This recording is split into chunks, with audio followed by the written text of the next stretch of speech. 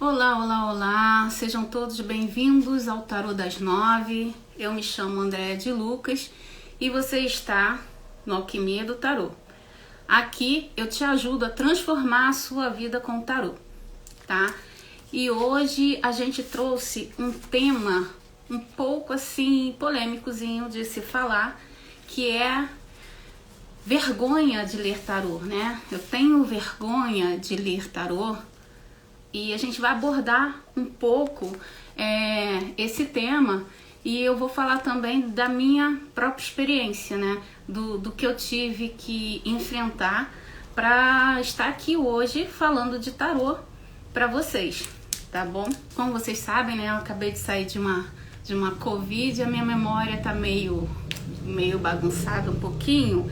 E aí, se vocês quiserem, né, interagir, eu tô aqui só aguardando. Vocês podem começar a fazer perguntas, a dar pitacos, que a gente vai batendo esse papo, vai conversando, tá ok? Combinado assim?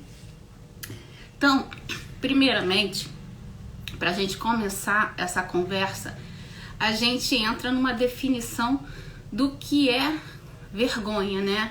Do que se trata a vergonha. E aí eu fui no dicionário para me embasar do que é a vergonha. A vergonha é um sentimento de insegurança causado pelo medo do ridículo. O primeiro ponto aí, a gente tem insegurança e medo de ridículo. E do julgamento dos outros, né? E esse aí é o ponto que mais pegou para mim, acredito que mais bate em todo mundo. O julgamento alheio. E aí eu trouxe um textinho, né, até de uma parte psicológica que fala de vergonha e eu gostaria assim de analisar, tá? Porque isso não é só com o tarô, a vergonha ela atrapalha a nossa vida inteira, né? Então a gente vai dissecar cada ponto, né, até a gente chegar no tarô. A vergonha é uma emoção que costuma ser encontrada em uma experiência na qual a pessoa sentiu ou foi levada a sentir que não estava certa. Julgamento. Que não se comportou como deveria ou que seu comportamento não era normal. É o típico peixe fora d'água, né? É quando a gente acha que não se enquadra e a gente não se mostra porque a gente está se achando o tempo todo inadequado. E aí é uma vergonha que, vamos dizer assim, que não é positiva. Pelo contrário, é negativa. Você tá ali se negando. Ter vergonha implica, por um lado, experimentar emoções como culpa e o medo e os sentimentos de inadequação. Ou seja, né, mais uma vez, as pessoas impondo como a gente deve se comportar, como a gente deve agir, e a gente embarca. Por que a gente embarca nessa? Porque a gente tem insegurança, né? Principalmente quando você é criado sob o jugo de dogmas, né? Sob aquela coisa do você tem que fazer desse jeito, você tem que ser certinho para ser um bom menino, uma boa menina, sabe? A síndrome do bonzinho ou da boazinha, né? Isso traz muita insegurança, traz muito medo e isso atrapalha uma vida inteira. Por quê? Porque você nunca vai assumir quem você é. Isso para tudo na sua vida. Tem um outro lado aqui. Isso é um obstáculo quando se trata de crescer e evoluir. Então, por que um obstáculo? Porque você, quando não se assume, você nunca vai sair do casulo. Você nunca vai dar a sua cara real. Você vai estar sempre vestindo um personagem para agradar alguém. Ou um círculo de pessoas, ou a sua família, ou o clube que você frequenta, né? E a gente vive uma farsa. A gente não vive uma vida, né? E isso com o tempo traz o quê? Causa o quê? Causa uma tristeza tão grande, causa uma falta de vontade de viver tão grande que no final você tá depressivo. Sabe aquela pessoa que não acha mais graça na vida, né? Que tá cabisbaixo, parece que qualquer coisa pra mim tá bom. Por quê? Porque não se assumiu, não assumiu quem ela é de verdade. Porque quando a pessoa ela cresce com segurança, ela é uma pessoa segura, não existe quem fale A ou B que mude a cabeça dela. É aquela pessoa que pega aquela reta e fala assim, eu vou nisso aqui até o final. E vai. Porque ela não dá ouvido para quem tá do lado. Ela não dá ouvido para opinião das pessoas. Opiniões, não tô dizendo um conselho, mas essas opiniões que mais colocam você para baixo do que te impulsiona para você chegar em algum lugar. Então, essas pessoas, elas vão a fundo. E quando você tem a vergonha, esse medo, essa insegurança, e quando você dá ouvidos para o julgamento, você não sai do lugar. Você não cresce, você não evolui. Você fica aquela pessoa sempre dependente do que os outros acham, do que os outros definem que é certo para sua vida. Você fica uma pessoa sem opinião, sendo teleguiada pela opinião alheia. E isso serve para tudo, né? Até para a família. Eu gosto muito de citar a Bíblia, eu acho que eu já falei antes e repito novamente. Eu fui criada num lar cristão e aqui eu não tô desabonando, tá? A religião. Eu estou falando do sistema que é adotado. Deus não tem nada a ver com isso. Eu também não estou batendo em ninguém aqui, não. Eu estou contando a minha experiência. Eu fui criada num lar cristão, onde o tempo todo eu era julgada pelo meu comportamento. Você não pode ler tal livro porque não é de Deus. Você não pode ouvir tal música porque não é de Deus. Você não pode assistir tal filme porque não é de Deus. Meu Deus, eu acredito que Deus tem mais o que fazer do que ficar Hoje, né, eu tenho essa consciência, que Deus tem mais o que fazer do que ficar supervisionando o que eu faço, o que eu deixo de fazer, o que eu deixo de ouvir. Tem tanta coisa mais importante no mundo, né, para Ele se preocupar, do que me fiscalizar se eu tô lendo Sabrina, Júlia, Bianca, né? Então, e na própria Bíblia, por isso que eu voltei aqui, citar a Bíblia, né? Deus, né, no Antigo Testamento, ele fala para Abraão que sai do meio do da sua família, da sua parentela e vá para onde eu te mandar. Tipo assim, ganha o mundo, Abraão. Vai crescer, Abraão, com as suas próprias experiências. Sai do meio dos seus pais e da sua parentela. Porque enquanto você ficar aí, tu não vai ser ninguém, tu não vai crescer. Tu não vai cumprir o seu propósito na terra. Você não vai ser o que nasceu para ser. Você não vai seguir a sua missão. Cara, tá escrito lá, eu não estou inventando. Se você ficar na dúvida, pode googlar, né? Joga no Google que vai dar certinho no capítulo, versículo e tudo bonitinho lá.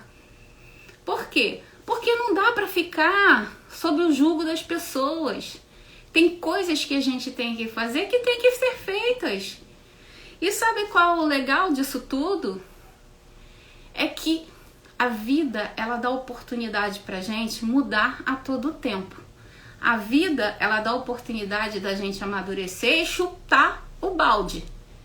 De falar, a vida é minha, eu conduzo ela da forma que eu quero, eu levo ela da forma que eu acho melhor. Eu vou criar meus filhos conforme aquilo que eu acho que é melhor para eles. Eu não vou ficar sendo teleguiado ou sendo levado porque fulano cicrano criou daquele jeito. Não, é aquela história. Muitas vezes o que é bom para o outro não é bom para mim. Não dá pra gente ficar tentando se enquadrar no quadrado do outro. Para mim serve o círculo, não serve o quadrado. Por isso que a vergonha nessa questão, ela vem mais para atrapalhar do que para ajudar. Porque ela vira algo castrador.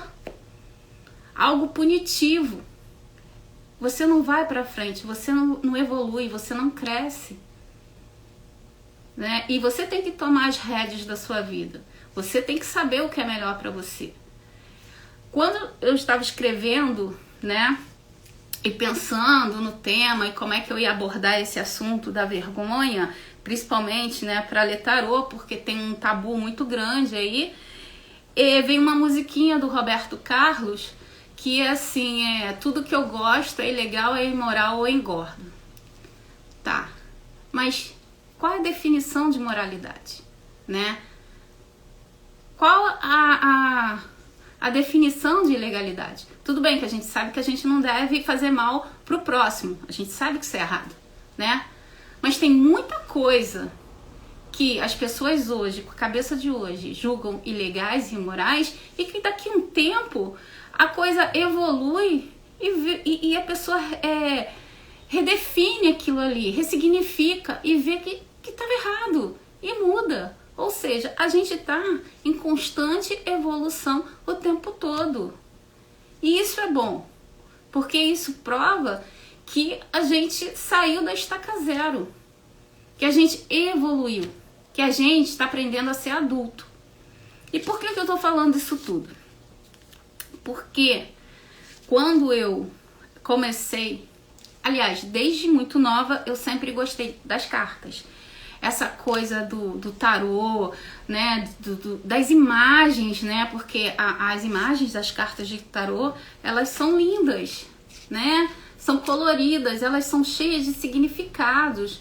Lembra que a gente já falou muito das imagens arquetípicas que o nosso inconsciente já capta antes do nosso próprio consciente?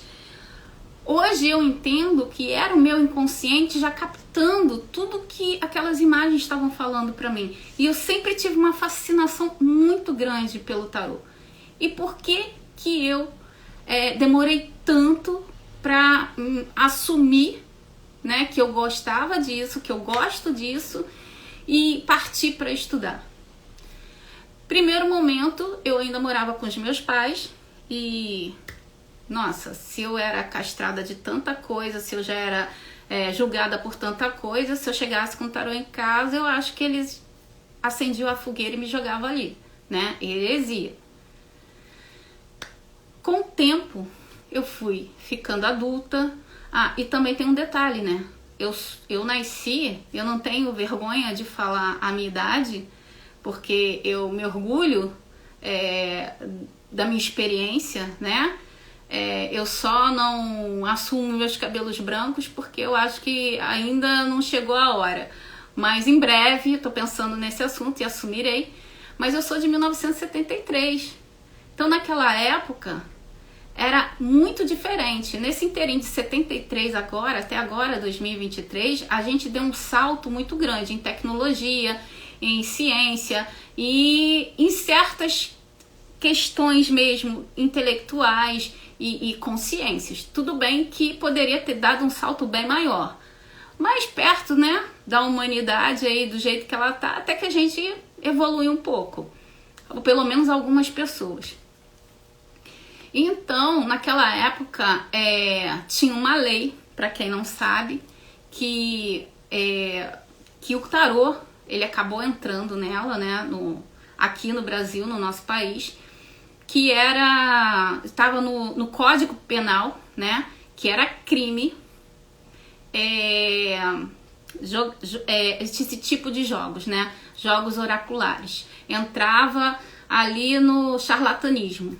Então, naquela época, você ir num cartomante, ir num tarólogo, ir num oraculista, era mal visto, né? Até pela lei. E essa,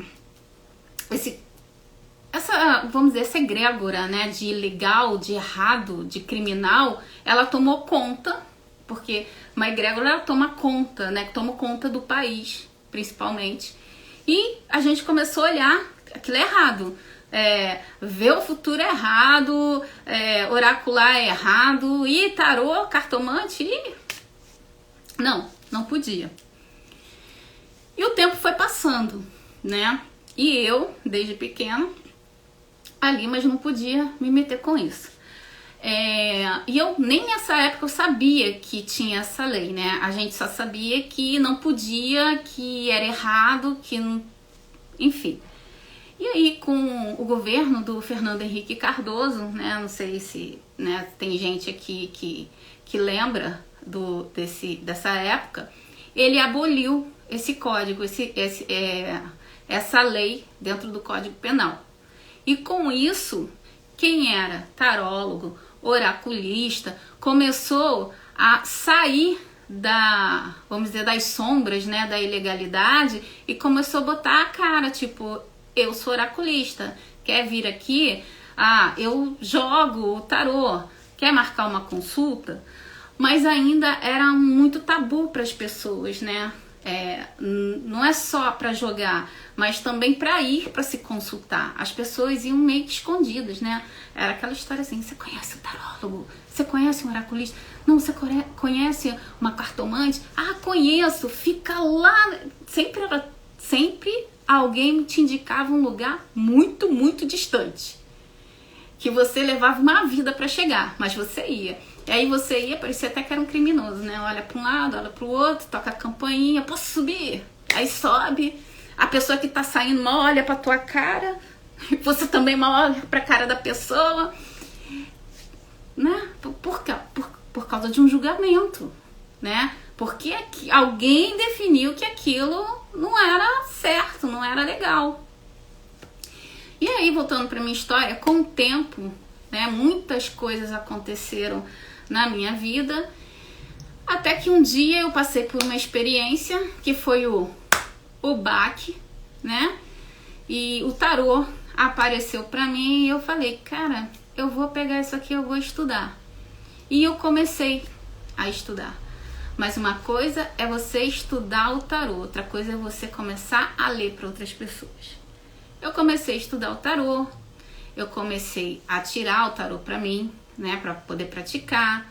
Algumas amigas, assim, né, que eu ia lá, perguntava se gostava, se queria fazer um teste comigo e tal. Mas eu nunca botei a cara a tapa, como eu tô colocando aqui agora, porque eu tinha vergonha. Eu tinha vergonha de dizer que eu tinha uma formação evangélica e estava jogando tarô. Porque era errado, porque as pessoas diziam que era errado. Eu tinha vergonha de falar para minha tia, uma tia que eu amo muito, e que eu sabia que ela ia me julgar. Porque quando eu me separei, que eu fui contar para ela que eu tinha me separado, ela fez uma cara, meu Deus, mas não tem jeito, mas não sei o que. E só de eu contar que eu me separei, eu me senti culpada, como se a situação da separação fosse tudo culpa minha. Imagina eu falando pra ela, olha, eu tô jogando tarô. Como é que ia ser? Como é que ia ser pra minha família saber que eu estava jogando tarô? Foi muito difícil, muito mesmo. Não foi fácil, não estou dizendo pra você que, chuta o balde, vambora. Não é um processo. Mas eu digo pra você, uma hora a gente tem que se assumir. Não dá pra ficar escondido, não dá pra ficar vivendo nas sombras, não dá pra ser o bonzinho ou a boazinha pra todo mundo. A gente tem que assumir aquilo que a gente nasceu pra ser. A gente tem que ser feliz. Se é ler o tarô que te faz feliz, leia, estude. Se for ler o tarô, estudar o tarô que me fez feliz, eu abracei a causa e dei a cara, tô dando aqui a cara para bater. Por quê? Porque eu quero evoluir, eu quero assumir quem eu sou, eu não quero usar disfarce, eu não quero fazer um personagem, eu quero ser eu com as minhas escolhas. Se eu errar, pelo menos eu tentei acertar, né? Mas eu estou sendo eu. E eu pensando aqui, eu fui fazer juntar algumas coisas que estão assim no inconsciente coletivo, porque as pessoas têm vergonha de ler o tarô. E aí eu achei coisas assim muito engraçadas, né? Engraçadas, lógico, porque aqui nosso vocabulário brasileiro é meio diferente, não é engraçado de ter graça, de curioso, né? Porque são coisas que você acaba, né? Você consegue jogar por terra muito fácil. E aqui, uma das primeiras tarô é vidente? Não estou aqui julgando o vidente, tá? Mas cada um com seu cada um, tá? Mas tarólogo não é vidente. Para você jogar tarô, para você ser um tarólogo, você não precisa ter evidência nenhuma. Aliás, você não precisa ter religião, você não precisa ter espiritualidade, você pode ser um ateu total, completo, e você consegue ler o tarô. Por quê? Porque o tarô, você, na realidade, interpreta as imagens arquetípicas, e essas imagens elas vão traduzir a energia de quem você está lendo. É um campo que se abre, tá? E ali você começa a ler o campo da pessoa através das imagens. Não é evidência, é técnica. E eu te digo mais, uma prova que isso existe. Sabe quando você tá com uma pessoa conversando, um amigo muito chegado, e que de repente você fala uma coisa e a pessoa fala assim: nossa, eu tava pensando nisso agora, você tirou as palavras da minha boca. Cara, você acessou o campo dela e puxou a informação. Isso não precisa ter evidência. Simplesmente o seu campo e o dela estavam ali juntas e você acessou o que ela estava pensando. Tem livros, né, de psicologia e principalmente eu gosto muito de livros falando de mecânica quântica, tá? Isso não é física quântica, a gente está falando de mecânica quântica, que fala assim, que tem o desenho, né, do corpo de uma pessoa e diz assim que os pensamentos, diferentemente do que muitos pensam, não tá aqui dentro da cabeça, no cérebro. Ele é uma nuvenzinha que fica aqui, um pouquinho do lado de fora. Então, os meus pensamentos, eles estão aqui, ó. Você não tá vendo, mas eles estão aqui. Assim como da outra pessoa. Então, quando a gente tá junto, a gente acessa o campo um do outro. E não precisa ser médium, não precisa ser vidente para fazer isso. Tanto que eu te dei o exemplo agora, de quando você está com uma pessoa, é normal, é corriqueiro que uma fale que a outra tá pensando. E você fala, você adivinhou, era isso mesmo. Sabe aquela história quando você liga pra alguém e ela fala assim, cara, eu estava pensando em você agora. Pra você ver como é que é o nível da energia, como é que é o nível da egrégora. Quando você tá tão ligado na pessoa, você consegue captar ela pensando em você e te chamando de longe. Gente, isso é cientificamente comprovado. Isso não é evidência, isso não é mediunidade, não baixou nenhuma entidade. Isso simplesmente é um poder que o ser humano tem, só que a gente não explora. Por quê? Por que a gente não explora? Porque a gente não para, né? Não fecha os nossos olhos para ouvir o que está ao redor. A gente está sempre muito ocupado em trabalhar para pagar boleto e ver aquela série, né, que você deixou de maratonar, ou ter que correr para a faculdade. Isso aqui eu não estou julgando, tá? Eu tô colocando a realidade, porque quando a gente está tão envolvido, que é o que a gente chama, né, de roda de samsara, roda de samsara é quando a gente entra no automático e começa a fazer tudo correndo e para de ouvir, de estar em estado presente e ouvir o que está ao nosso redor. Então, quando isso acontece, você não pratica, não coloca, não exercita essa conexão que a gente tem naturalmente. Todo mundo tem. E voltando aqui, tarólogo recebe entidade. Não. Eu jogo para as pessoas e eu não recebo ninguém. Ninguém pediu para entrar, eu também não convidei, enfim, eu não recebo ninguém. Tarólogo é paranormal? Não. Eu tô falando de mim, eu não sou paranormal, tá? Bom, a gente pode ser o contrário, né? Tarólogo é vidente? Não, mas um vidente pode ser um tarólogo. Aí é gosto dele, ele vai estudar. O tarólogo recebe entidade? Não. Mas se a pessoa for médium, né, que a gente já estudou aqui, que médium é aquela pessoa que media a parte espiritual da parte material, né, humana, é aquela que traz faz a ligação, a informação, um médium ele pode ser tarólogo, mas um tarólogo é médium? Não necessariamente, não precisa, não é. Como a gente já falou aqui, você pode ser um ateu e ser tarólogo. Tarólogo é um charlatão. Gente, o que é charlatão, né? Aquela pessoa que engana os outros. Precisa ser tarólogo para ser charlatão? A gente tá cansado de ver nos noticiários médicos aí, principalmente em estética, né? Fazendo um monte de bobagem. Quando vai atrás do CRM do cara, cadê? Não tem. Charlatão, né? Tá se fazendo passar por médico e não é, e fazendo um monte de procedimento. Ou seja, o ser charlatão não é do tarólogo, é para qualquer tipo de profissão, tá? Isso acontece nas melhores profissões do mundo. Então, assim, falar e jogar isso nas costas do tarólogo não é legal, é até injusto, porque isso tem em qualquer profissão. Bom, tá ali para te enrolar e pegar o seu dinheiro. Cai na mesma história de charlatão, né? Um tarólogo não põe uma arma na cabeça de ninguém e fala, você agora me dá seu dinheiro que você vai fazer uma consulta comigo. Não, as pessoas vão porque ela quer e só é enrolado quem quer, assim como vai ao médico, vai a um advogado, compra uma determinada coisa, né? E é enrolado. Tô falando isso porque eu acabei de fazer uma compra e pelo jeito eu não vou receber o que foi, né, acordado, e eu vou ter que acionar a justiça. Enfim, isso acontece. E é uma editora. Então isso acontece em todo lugar. Não é só do tarólogo. Mas tudo vai para conta do tarólogo. Por quê? Por causa dessa egrégora que eu já falei aqui, né? Que já foi criada, né? E que também já vem do Código Penal aqui no Brasil. Tem parte com o diabo. Meu Deus, tarólogo tem parte com o diabo.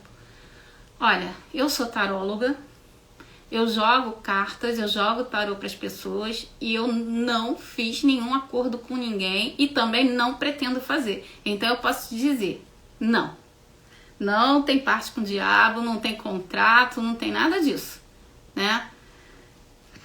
Deus me livre, passa reto. É proibido adivinhação. Cara, essa parte aqui do adivinhação tem uns porquês aqui. O que é adivinhação, né? Adivinhação que as pessoas acham é assim, eu tá aqui e do nada eu tenho uma informação e adivinho. O tarólogo não faz isso. O tarô não faz isso. O que acontece? Quando você abre o tarô para alguém, você acessa o campo inconsciente daquela pessoa, você traduz aquela energia que já está com aquela pessoa, a egrégora daquela pessoa, e você faz o quê? Você traduz e começa a dar a informação que você está lendo. Na realidade, você está trazendo do inconsciente dela para o consciente dela. Você está trazendo à luz aquilo que já está ali no caminho dela. Tanto que uma jogada de tarô, ela vai de 6 meses a 1 ano. Por quê? Porque tudo que vai acontecer na vida daquela pessoa já está meio caminho andado, já está ali, sabe? Rondando ela. Então é só uma leitura de previsão. Você não está adivinhando. Tem uma diferença? Tá dando para entender? Uma leitura de previsão dentro da energia da pessoa é diferente de você adivinhar um futuro para aquela pessoa. Totalmente diferente. Eu digo assim, é como até uma gestação, né? Você não leva 9 meses para gestar aquela criança? Você me diz assim, tô grávida. Eu vou fazer uma previsão que em 9 meses você vai ter aquela criança. Pode ser um pouquinho antes, porque pode acontecer alguma coisa e nascer prematuro, mas a tendência é que dentro daquele período nasça. O tarô, ele faz mais ou menos, mas não, o tarô faz isso, ele faz uma previsão dentro da tua energia e tem um prazo, né? Ele não vai fazer previsões de 10 anos, de 20 anos, é 6 meses a 1 ano. Tanto que a gente faz isso todo oraculista faz, tá? Não é só algo só do astrólogo, né? O tarólogo, ele também faz isso, que é abrir o que a gente chama de uma mandala, né, astrológica, que não é astrologia, mas a gente usa o setor que essa mandala tem, a gente coloca as cartas ali e vai lendo mês a mês, setor a setor, né, o que vai acontecer dentro daquelas 12 casas ali, naquele um ano. Mas é uma leitura. Em nenhum momento o tarô fala, eu vou adivinhar o seu ano. A gente vai ler, a gente vai traduzir o seu ano, né? Por isso que há essa diferença. O que mais aqui? Que eu trouxe aqui. Quando o tarô surgiu... Quando o tarô surgiu, isso é uma informação muito, muito importante. Ele nunca foi proibido pela igreja, tá? Porque, a princípio, quando o tarô surgiu, ele surgiu como cartas de jogatina, né? O que aconteceu na época que o tarô surgiu no mundo é que, como todo jogo, né, as pessoas viciam. Não tem aquele pessoal do bingo, né, que vai pra lá, esquece da vida, gasta dinheiro da família toda, esquece que trabalha. Então, o que o governo fez, né? Porque virou uma febre, ele falou assim, ó, durante a semana... Ninguém joga, se for pego jogando, vai preso e tá liberado os finais de semana pra parte recreativa. E quando é que o tarô ele começou a ser perseguido pela igreja, digamos assim? Foi porque houve uns magistas, né, na época das escolas iniciáticas que olharam pro tarô e viram o potencial dele e falou assim, cara, eu vou usar isso aqui. Eu vou usar isso aqui para eu poder ler, para eu poder estudar. E aí a igreja olhou assim, essa ferramenta foi pro outro lado. Aí já começou meio que desabonar, mas também não teve proibição. O que aconteceu foi desabonar, falar mal, né? Perjúrio, né? Como diz a lei, né? E aí você, quando quer tirar a credibilidade de alguém ou de alguma coisa, a gente começa a criar histórias para desabonar a idoneidade daquela pessoa ou daquela situação ou de algo, né? E foi o que aconteceu com o tarô. Não houve uma proibição. O que houve foi uma perseguição. E aí aquela coisa, né? Você joga o perjúrio, né? Você joga a historinha e isso vai pro inconsciente coletivo de todo mundo. Foi o que aconteceu. Tanto que o tarô, ele é antiguíssimo e na época das Inquisições você não ouviu ninguém dizer que tarólogo foi queimado na fogueira, né? Fulano é bruxa, fulano isso, fulano aquilo. Mas falou assim, fulano joga tarô, vamos queimar ele. Não acontecia. Até porque, eu já falei aqui uma vez antes, tem padres da igreja anglicana que joga tarô. Porque é uma ferramenta. Porque é uma ferramenta de previsão e muito útil, né? Essa vergonha, né, tem muito mais relação com o julgamento dos outros do que com o tarô em si. Então, é o que eu falei, né? Você gosta de tarô? Você se identifica com o tarô? Você está ouvindo o chamado do tarô? Então vai, o que você está esperando? Vergonha? Lamento te dizer, mas as pessoas sempre vão te julgar, tá? Vão te julgar porque você tá mais gordo, porque você tá mais magro, vão te julgar porque você foi viajar e gastou o seu dinheiro e mora de aluguel porque você não tá juntando para comprar sua casa própria, né? As pessoas vão te julgar porque você gosta de rosa e não de azul. As pessoas vão te julgar porque você joga tarô, mas vai lá e frequenta o culto da igreja evangélica. As pessoas vão sempre te julgar, né? Infelizmente, o ser humano ainda não evoluiu ao ponto de chegar e falar cada um com seu cada um e seja feliz da melhor forma. As pessoas ainda têm que evoluir nesse nível de deixar o outro viver a vida dele do jeito que ele quer, sem dar pitaco, sem julgamento. E aí, você vai deixar de ser feliz, de repente ter uma profissão, de fazer uma renda extra, ou mesmo de trabalhar em casa, porque fulano e beltrano que não paga suas contas, que não chega na sua casa para te ajudar em nada, que ele comece a ditar o que é melhor para você, qual a decisão melhor que você tem a tomar? Eu acho que não, né? E eu posso te dizer que até hoje na minha casa ninguém chegou aqui e falou: me dá uma conta de luz sua que eu vou pagar hoje. Não. Mas se eu for conversar qualquer coisa, sempre vai ter uma opinião contra. Sempre vai ter. Então eu já meio que deletei, sabe? Nesse ponto eu já chutei o pau da barraca. E eu já posso te dizer, foi fácil? Não. Mas tem um momento na nossa vida que a gente tem que dar uma definição. Ou eu fico desse jeito, ou eu vou ficar sendo feliz pro resto da vida. E eu acho que a gente não veio na Terra a passeio. E por mais que algumas pessoas acreditem em reencarnação, até que, vamos lá, que a reencarnação exista, tá? Você vai começar a contar outra história. Você não vai ser você agora com essas mesmas pessoas. Vamos dizer assim, se eu começar a ouvir outras pessoas e agir conforme elas queiram que eu haja na minha vida e ser infeliz, uma hora eu vou morrer, porque ninguém fica para semente, né? Se até a rainha da Elizabeth, se até a Beth faleceu, né, que a gente achou que ia durar aí mais 100 anos, quem dirá eu?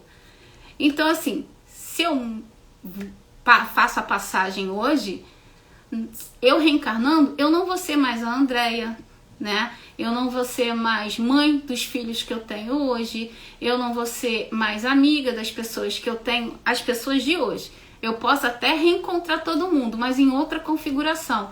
Tá me entendendo? Então, hoje, você sendo você quer ser infeliz? Até porque quando a gente reencarna, né? Segundo quem conta, a gente nem lembra dessa vida. E aí, será que a gente vai lembrar para poder não cometer os mesmos erros? Ou a gente vai fazer tudo de novo e vai ficar batendo cabeça? Então, se for para acertar, eu quero acertar agora. Se é essa vida que eu vim para aprender a assumir o que eu quero e assumir o que eu gosto e ser eu mesma, então é aqui que eu vou acertar. Porque se eu estiver fazendo certo na outra, eu já venho mais evoluída, né? Eu já venho em outro patamar. Eu não vou precisar passar por todo o casulo que eu passei, por todo o sofrimento, por todos os desafios que eu passei, tudo de novo. Eu já vou vir já mais alto ali, né? Pra gente evoluir. Porque aqui a gente tem que é daqui pra frente. Bom, e também outra coisa bacana é que tarô, ele saiu das sombras, né? Saiu do Código Penal, graças ao FHC, e se tornou uma profissão. Minha gente, profissão regulamentada. O tarólogo, ele tem CBO, tá? Para quem não sabe o que é CBO, é Código Brasileiro Ocupacional, né?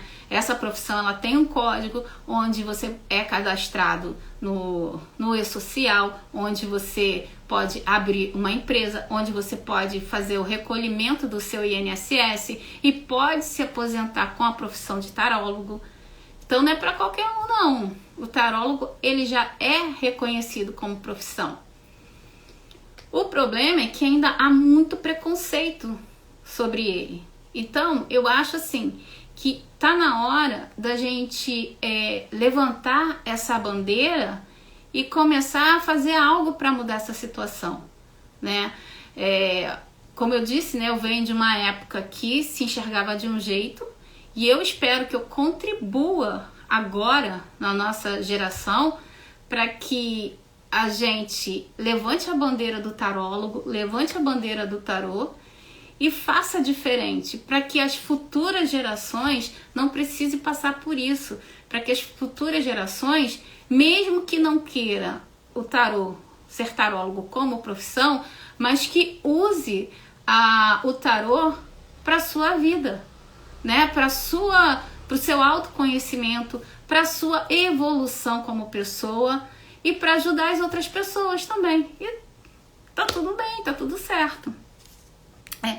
Uma coisa que eu queria deixar aqui para contar para vocês que aconteceu hoje, para você ver como o tarô ele é certeiro. Muitas vezes o tarólogo erra, nós somos seres humanos, né? Principalmente quando a gente está envolvido emocionalmente na situação. Eu vou contar a história, mas eu não vou contar o nome da pessoa. Quem me conhece vai saber quem é, mas a pessoa pediu para eu não falar o nome dela, mas me liberou para contar a história. Na sexta-feira, essa pessoa me pediu para tirar uma previsão anual. Só que uma mandala astrológica, ela não é uma leitura rápida, né? Se uma leitura normal, quando eu faço para um consulente, eu já demoro de 1 a 2 horas, dependendo da situação, uma mandala astrológica eu devo demorar em umas 3 horas, porque a gente aborda todos os setores da vida. A gente está abordando 12 meses, são 12 casas. E eu já estava muito cansada e eu falei, cara, agora não dá pra fazer essa mandala, é muito tempo. E ela também estava cansada, enfim. Então ela falou assim, então, vê uma previsão generalizada do ano. E aí eu peguei as cartas e joguei janeiro, fevereiro, março, abril, maio, junho, todos os meses do ano. Não muito satisfeita, eu tinha jogado todos os arcanos maiores, falei assim, vou complementar com os menores aqui, pra gente ter uma noção maior. E aí coloquei um arcano menor com cada arcano maior. E quais foram as cartas que saíram? Saíram a Torre e logo em seguida o Rei de Ouros, né? O que é a Torre, né? A gente aqui já tem vídeo aqui no canal falando da Torre. A Torre é quando tudo cai mesmo, que vem a ruína, não tem muito o que fazer. Quando a Torre vem levantar a poeira, dar a volta por cima, reconstruir, refortalecer as suas bases e vambora, mas que vai ruir, vai. E veio com o Rei de Ouros. E com esse Rei de Ouros, a gente vê o quê? O Rei de Ouros, ele fala de matéria, né? O Rei de Ouros, a gente tá falando de matéria, de dinheiro mesmo, de investimento, enfim. E aí eu falei, essa torre, ela veio com o Rei de Ouros. Essa torre, ela vai vir no material. Mas até então, né, vai vir no material. Eu fiquei assustada com a torre. Fiquei mesmo, porque essa pessoa é muito próxima a mim. Mas o Rei de Ouros, ele deu uma quebrada, porque o Rei de Ouros, ele fala que a torre ia vir para algo material, mas ao mesmo tempo, o Rei de Ouros é aquele que é o senhor do seu negócio, tá? O Rei de Ouros é aquele que tem o toque de Midas. Para quem não sabe, o Midas, né? Quando você diz que uma pessoa tem o toque de Midas, é onde é que ela põe a mão, aquilo prospera. A gente diz que vira ouro. Então eu falei assim, cara, veio o Rei de Ouros, então pelo menos tá balanceado aí o negócio. E hoje, isso foi na sexta. Hoje, agora no final da tarde, eu tive, essa pessoa me passa uma mensagem falando assim, não me liga, tá? Fica calma, eu fui, foi furtada, eu fui assaltada e foi a mão armada e levaram o meu celular. Ou seja, a torre com o Rei de Ouros disse que ia ser uma perda material e foi, né? Ver como é que o tarô ele é certeiro. E o legal, né? A parte legal, né? Porque a gente tem que ver o lado positivo de tudo, senão a gente não aguenta. A parte legal é que o Rei de Ouros, ele fala que ele tem o toque de Midas e que ele é o dono do negócio dele. Ou seja, não teve prejuízo, porque essa pessoa tinha o aparelho no seguro e só foi mesmo o susto, mas vai ter o aparelho de volta sem custo, porque o seguro vai cobrir. Olha como é que o tarô ele é preciso. Se a gente souber ler, a gente se previne. Só que, detalhes, né? Você pode me perguntar, tá, Andréia, você viu, mas por que não conseguiu evitar? Por duas situações, tá? Eu já falei aqui também, vou repetir. Tem coisas que quando é só com a gente consegue mudar. Mas quando envolve outras pessoas, não dá pra mudar. E ela não estava sozinha, tinha outras pessoas envolvidas na história. Segundo, é que algumas coisas a gente tem livre-arbítrio, outras a gente tem que passar por aquilo. Isso faz parte da nossa evolução, né? A gente passa por determinadas coisas pra gente aprender. E quando é uma lição que vem do alto, algo que vem pra gente, né? A gente tem que passar por aquilo. E o tarô ajuda o quê? A você se preparar para não levar um baque muito grande. Lembra daquela história que eu falei? Você prefere o quê? Levar a paulada no meio da cabeça e ter um traumatismo craniano? Ou você ter a oportunidade de botar um capacete, a paulada vir e sua cabeça vai ficar intacta? O máximo que vai acontecer, você vai sentir o pão da bordoada, mas a sua cabeça não vai estar intacta. Isso o tarô faz. E segundo, né, que eu te falei, como é que você fala para uma moça jovem não andar com celular hoje em dia? Não ande com celular. É impossível, né? Até porque você está no trabalho, você tá com o celular na mão. Mas o tarô, ele avisou, o tarô, ele previu e graças a Deus os danos foram, assim, os menores possíveis. Então é isso, gente. Recado aqui tá dado. Espero que vocês tenham gostado. Espero que tenha contribuído, agregado para a vida de vocês. Se vocês gostaram desse vídeo, curtam, né? Compartilhe com alguém que você acha que essa mensagem vai fazer a diferença.